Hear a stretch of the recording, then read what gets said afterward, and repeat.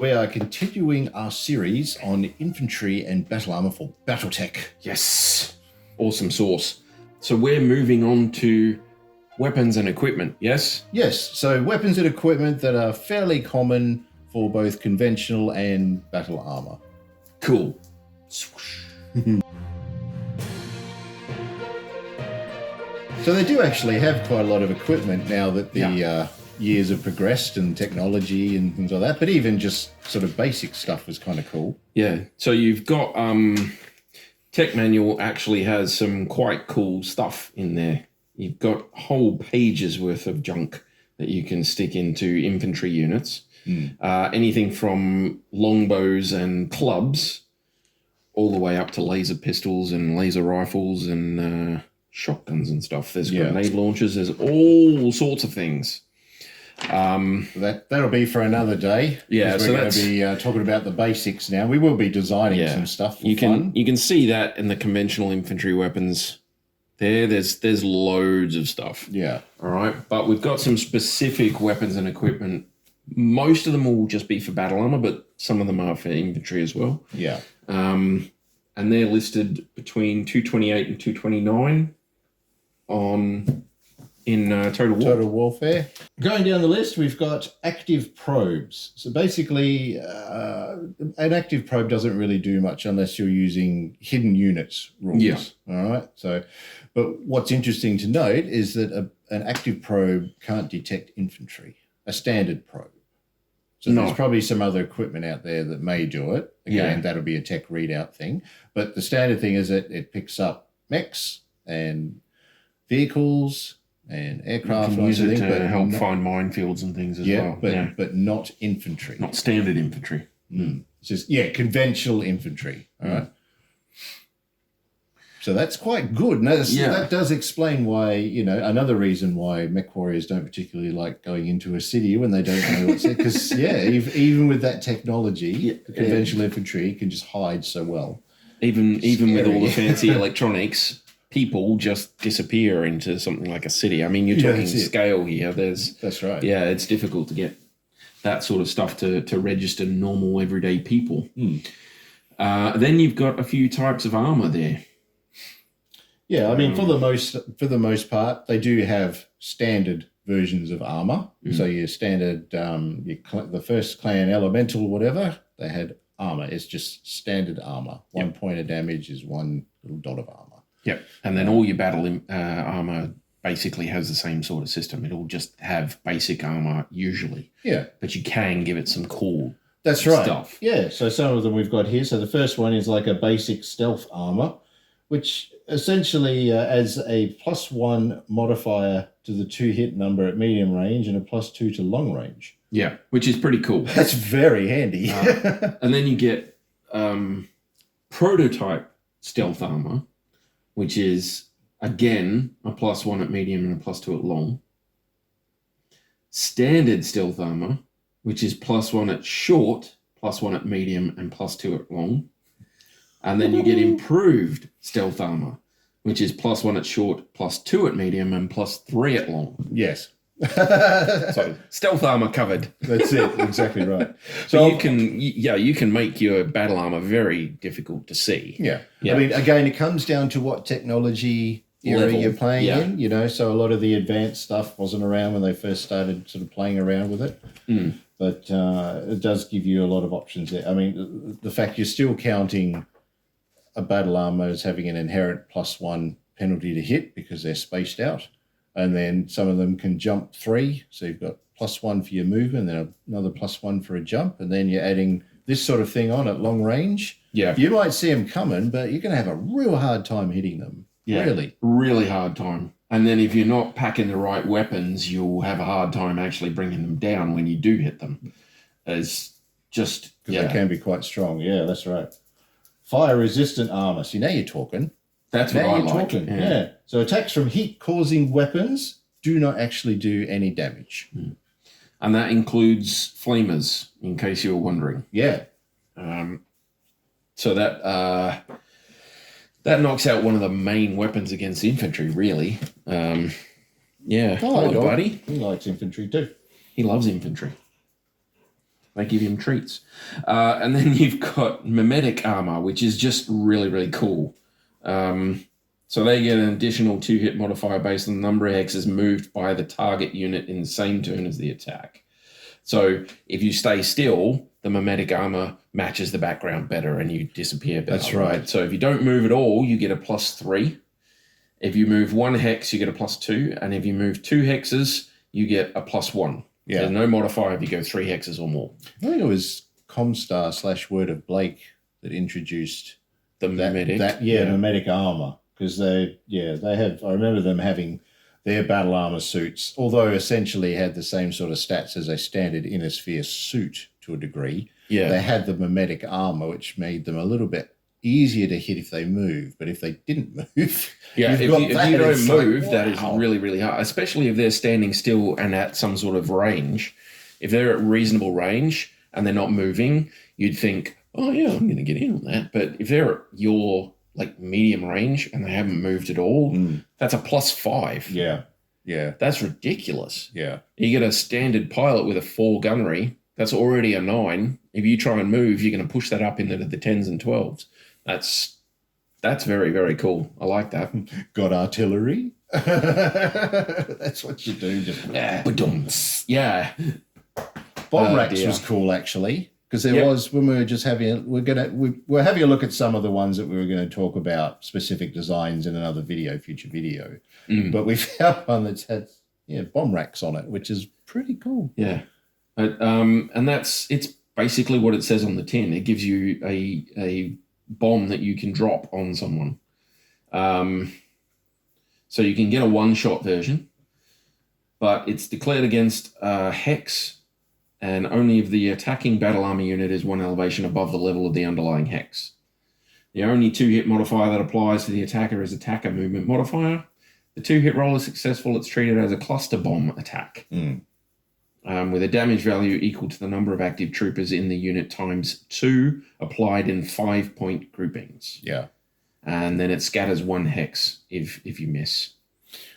But that's pretty powerful. That's solid. I think for a mech, that's punch location though, because it's a cluster bomb. I think the cluster bomb's aerospace. We haven't. We're going to look at aerospace. We keep talking about it. That'll probably be next, after actually. all of this We've got to go through infantry first. Yeah. The camo system is quite cool. That's a fairly basic stealthy thing. So 2-hit modifier. So it's kind of mimetic armor, but less technological. It's just camouflage. Yeah, right? essentially. Yeah. So you get a +2 for 0 hexes moved, +1 for 1 hex, and no modifier for 2 or more. So it's nowhere near as powerful as a mimetic armor, but it is still pretty good. Yeah. And that'll be available at lower tech levels and earlier timelines as well. So that'll be good. Some of them can be attached with ECM suite technology. It's basically just the unit, so it doesn't affect multiple hexes like a standard one, but it still does the job. Yeah, and I think I mentioned this in the carrier video. Because the ECM suite doesn't need any sort of action to make it work, it's just on. Technically, if you mount a unit with ECM, your carrier has a 1 hex ECM bubble around it. So that's actually quite handy. You can use that to block things and all that sort of stuff. But it is only 1 hex, so limited. But I mean, but still, you can use that. I mean, it means that the carrier isn't vulnerable to things like narc beacons and tag semi-guided missiles, that sort of thing, because technically those don't work in they an have their own bubble. So they're in a bubble. So yeah, I think technically they don't work. Can you imagine a big narc beacon hitting you when you're in a battle overseas? This big thing. You just look down and go, boom. Oh, great. Beach ball thing. Where's my eject button? So some of the suits, they have like enhanced sensors as well, which can actually help you. It basically uses the same rules as the big galactic probe. Yeah, but it has a shortened range, so like two for inner sphere, I think it was, and 3 for clan. Probably, something like that. But that's still good. I mean, if you need to go and scout out an area and you've got enough of these guys with the suits on, you just And you can always use fast, light infantry or battle armor with improved sensors to find things like minefields and hidden vehicles and mechs and things like that. Yeah, definitely. If you're playing with those. Magnetic clamps is fun. Yes, absolutely. These are standard for your battle armor, I'm assuming. So these magnetic clamps, I think Capella Confederation came up with them because they don't have a lot of Omni technology when it first came out, but they still had some form of battle armor research that was going on. Yeah. They wanted to maximize their standard units, so their battle mechs and even their tanks, they can use them. Yeah. So magnetic clamps allows them to ride like mechanized battle armor, as if it was an Omni unit. And I was looking at that in the tech manual for like building a battle armor, and it's quite weighty and I'd imagine. it's quite weighty and takes up a lot of slots. So you got slots like you have with vehicles, and it takes up a few, but it's pretty good. It means you can mount anything as if it's an Omni vehicle. So true. That's pretty cool. So if you've got your slower, your heavier battle armor units that you know you're going to put in a spot and they're going to be for defense, if you need to get them around the battlefield quick, that's probably worth doing because they have the weight they can sort of take it. Yeah, put that on and then stick them to a Locust or something. It doesn't have to be an Omni vehicle, or an Omni mech or an Omni vehicle if you're using the magnetic clamps. So you can get a Locust or even a Holocraft that doesn't have transport capacity. That's right. You can get like a. I was about to say Savannah Master then. Imagine that. You could put one suit on there, maybe. Technically, that would be allowed, though, wouldn't it? I'm going to have a look at that because that's ridiculous. Yeah. The suits weigh as much as my vehicle, but it can somehow still travel at the maximum speed. But I don't know. There's probably limits on it. I'll have a look into that, actually. Yeah. Manipulators. Different manipulators. Claws. The claws. Some of them will give you extra like bonus ability or damage or something like that on anti-mech attacks. Correct. Yes. Yeah. And some of them make it easier to hang on and all that sort of thing. But there's a couple of interesting ones there. So armored gloves for light and powered armor, exoskeleton, humanoid battle armor. With 2 armored gloves may use rules for mechanized battle armor. Conduct anti-mech attacks and make anti-personnel weapon attacks. Now, we did address these before in the series in some of the earlier videos when we were talking about the battle armor, because they when they do physical attacks against things, they get bonuses and all that sort of thing, depending on what they've got. So technically, those guys, if they've got armored gloves, they can mount an Omni-Mech as long as they're and they can do anti-mech attacks as well, so they can clamber up enemy mechs. The basic manipulator. So you've got 2 basic manipulators. You can conduct anti-mech attacks, heavy, medium, and light with exoskeletons with at least 1 basic manipulator may use mechanized battle armor rules. Yeah, so if you've got 1 basic manipulator, you can be mechanized battle armor. If you've got 2, you can also conduct anti-mech attacks. Yeah. Okay. Cool. I'm getting lost in the complex here. All right, so battle claws and heavy battle claws. Medium, light, and power armor, exoskeleton, humanoid battle armor with at least 1 battle claw or heavy battle claw may conduct anti-mech attacks. Heavy, medium, light, etc. with at least 1 such claw may use mechanized battle armor rules. So as long as you've got 1 claw or heavy claw, you can anti-mech and mount Omni-Mechs. That's interesting. Which is cool. Remember the earlier...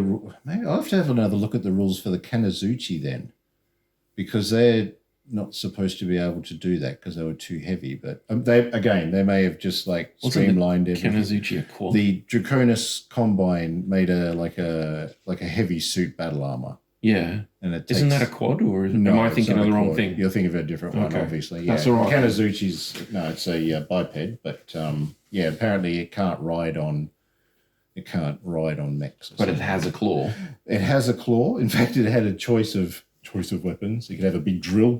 That'd be cool. But I mean, yeah, it has a big claw. But one of its good things, it has 2 SRM2 launchers like the Clan one, but it can fire both. And it has a medium laser as a side weapon.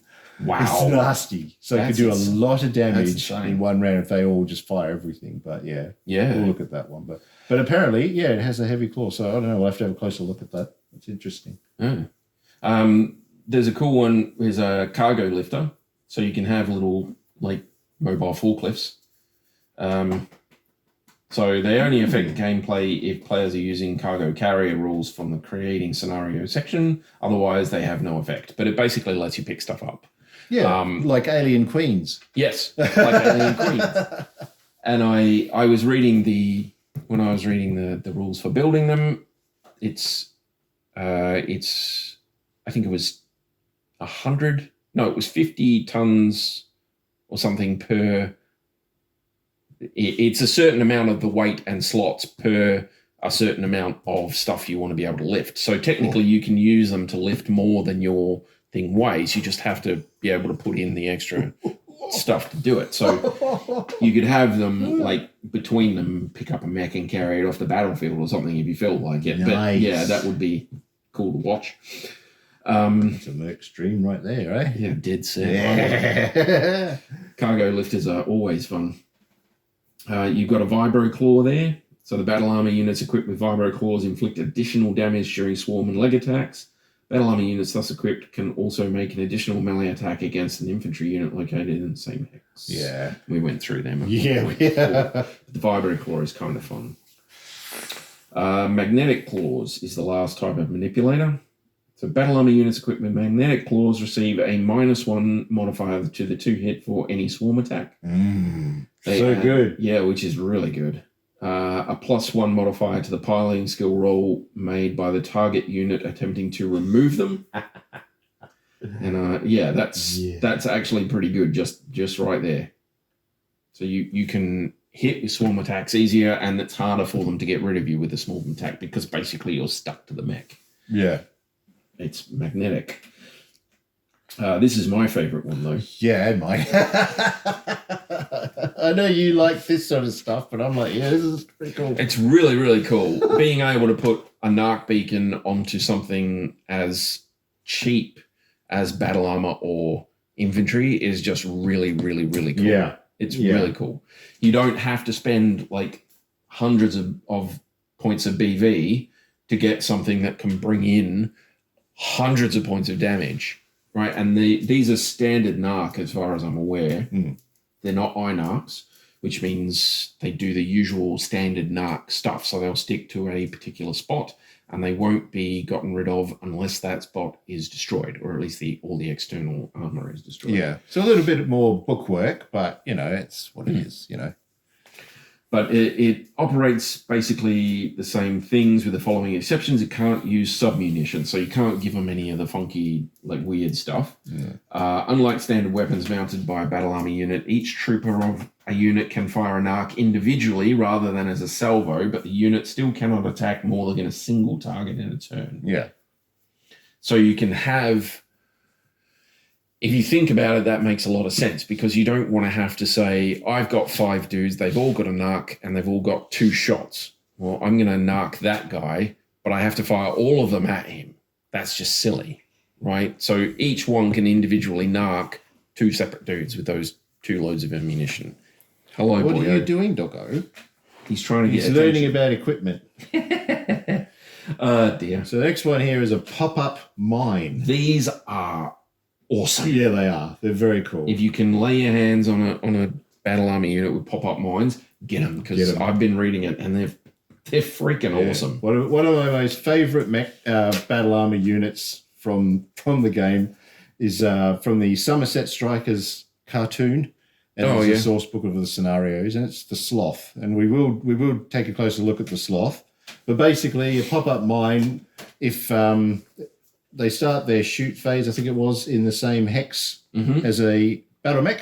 They fire it off, and basically it just essentially hits the center torso and starts doing criticals and stuff, doesn't it? Yeah. So it's another one of those brutal. weapon that gives you an automatic critical hit no matter what happens. And there's quite a few out there. If you look for them, they're out there and they're really, really cool. Even ones with a minus or whatever, it's still worth doing because critical hits are where the real damage is at. He's one. Yeah, he's all right. He's got his toy. So if you begin your weapon attack phase in the same hex as a mech, vehicle, or grounded fighter, it can launch one or more magnetic mines instead of making a standard weapon attack. You choose how many troopers in the unit will fire mines, mark off the ammunition against each battle armor trooper. The trooper is destroyed before using the mines are lost. So the base 2 hit number for a magnetic mine attack is 8, modified for target movement and terrain as normal. The attack hits roll on the cluster hits table, corresponding to the appropriate number of troopers active in the unit who fired. So if you fire with 5 dudes in your battle armor troop, then you roll on the cluster 5. Yeah. And you see how many of the mines hit. That's how many have become attached to the target. The mines automatically hit the center torso if it's a mech, the front if it's a vehicle, the nose if it's a grounded fire, and 4 points of damage are assigned per mine that struck that location. Yeah. 4 points per mine. Just 4, but it's 4 points. Yeah. It's pretty nasty. In addition to those 4 points, the attacker rolls 2d6 for each pop-up mine that struck the target and consults the critical hits table.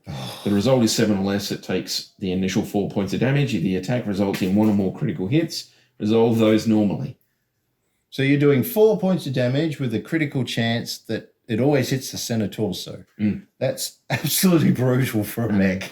If you're that's nasty. And if your damage, your 4 points of damage multiplied by how many troopers hit, if that breaches armor, then you get 2 chance. That's right, yeah. And there's no mention of a minus, there's no mention of a penalty, there's no anything there. If you'd make an attack roll, essentially, yeah. If you get your damage in and then you make your critical roll, if you get critical hits, they apply. Yeah. So technically you can get 3 center torso criticals with pop-up mines without breaching the armor, which is cool. For a mech, that is bringing it down level. If you can, if you if you're in a position where you can just fast enough that you can get, like an assault mechs, they're not, if they're walking, they're not that fast. So you might be able to get there and just fire it off. If you can bring down an assault mech with some of those, that's fantastic. But that, technically, you can bring something like an Awesome or an Atlas that has so much center torso armor that it's difficult for annihilators to get through. You can bring that down in 1 turn. If you can get them close, if you get them in the same hex, get them on there and then roll a 12 and then get all 3 of them be engine hits, that makes destroyed. It's gone. 2 gyro hits makes it very, very difficult for it to do anything. Well, it ain't doing it. Yeah, it's not really doing anything. It'll just be rolling on the floor. Maybe if it's lucky, you can prone, you can pop up and shoot with 1 arm. But that's about it. Yeah. The absolute best case scenario is you destroy that unit without breaching the armor, and the worst case is you get maybe 1.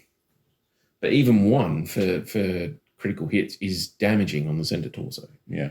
So it's extra heat if it's an engine hit. It's extra piloting skill damage if it difficulty if it's a gyro hit. Yeah. It's really, really good.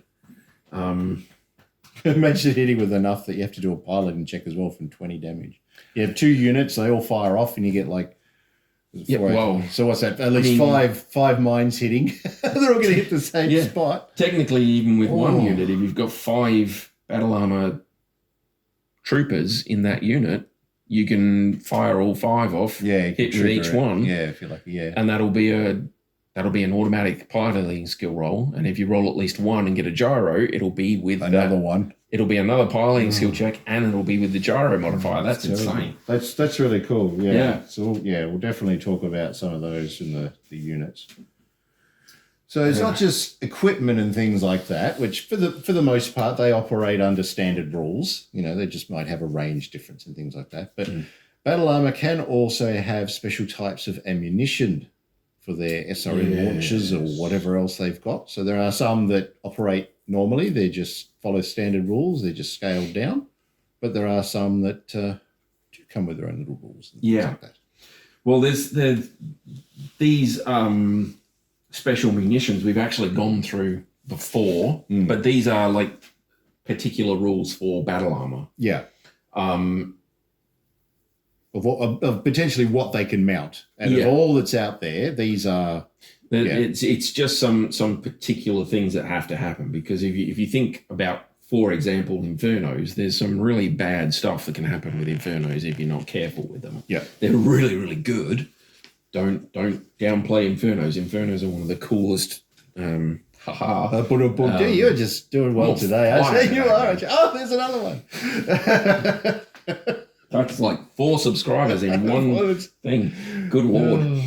Well, let's just go through the Infernos, because it'll show you what I mean. So these are just specific rules for these things that are carried by battle armor specifically. So you follow all the standard rules for the munitions, so raising heat levels, all that sort of stuff. Yep.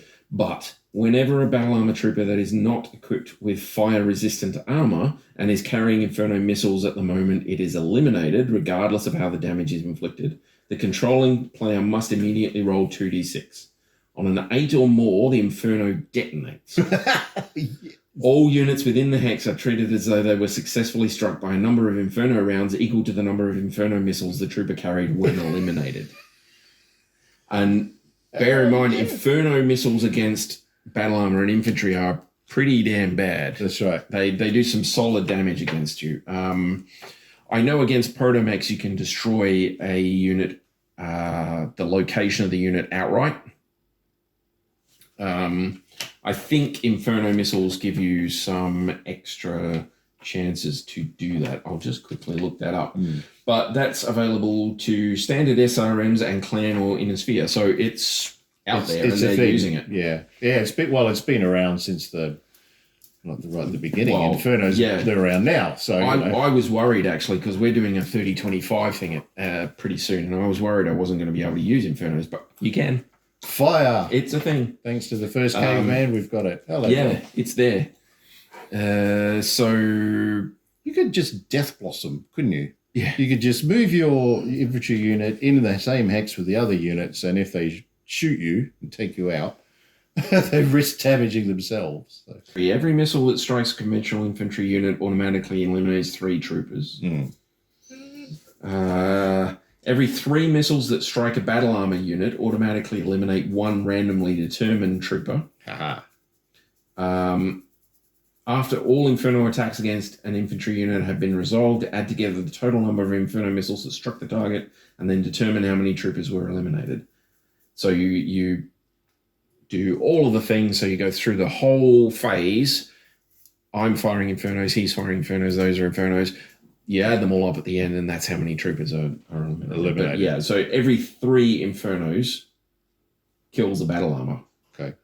Again, a little bit of bookwork there to go with them. Yeah. But not too bad, if you don't oversaturate with everything. So if for example, you had SRMs on a battle armor unit and you carried, say, 4 loads, and he's already fired a load off, and the return fire kills him, those 3 that are left, you roll your 2d6, you get a 9, that's over 8, so it detonates. Those 3 missiles are counted as striking that unit that's in the hex, which means that one of them is randomly determined and eliminated as well. Yeah.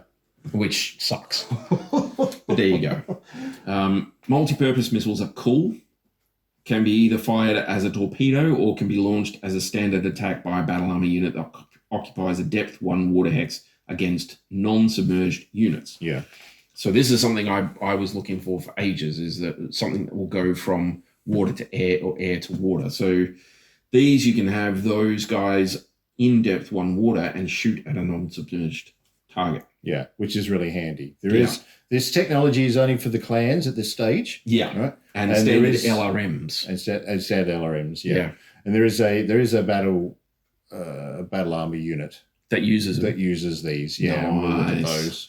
We'll talk about those. So determine line of sight to the target as though the battle armor unit rose 1 level above the surface of the water hex it occupies. Apply all standard modifiers. Enemy units cannot make attacks against the battle armor making such an attack unless the attacker is submerged and has clear line of sight to the battle armor unit. So these ones are basically just sea-launched anti. Coastal harassment and all that sort of thing. So you can have your guy underwater and you can shoot out at something that's near the water, and that's still pretty cool. And it's standard LRM, so presumably they've got a reasonable range. Yeah. So you can technically go for it. Torpedoes are fairly standard. They're torpedoes. Yep. They use the same statistics, but can only be fired from or into water hex of depth 1 or greater. Attacker must trace line of sight through water hexes of depth 1 or greater. But they're basically the same as torpedoes that mechs and vehicles use. So there's no huge difference there. But an MRM 40 torpedo, can you imagine that? I mean, the accuracy is not too good, of course, but 40 torpedoes. Yes. 40 torpedoes. That's insane. It is. You fire that against so much damage. A submarine or something. Yeah, when you're talking about breach rules and everything, that's just horrible. But even against, like, if you're in depth 1 and there's a mech standing over here, that means technically you can fire at its legs because they're in depth 1. Yep. That's really bad. And that's potentially 40 points of damage against its leg. So, you split the MRM damage up into 5s, and that'll be randomly rolled against the legs. If it's on the side arc, that's one single leg. That's right. You work that one side. Yeah. Oh. So squad support weapon is next. Yeah, these are pretty handy, actually. So your standard sort of troop base or whatever can suddenly do a variety of options. Yeah. You can kit them out a bit.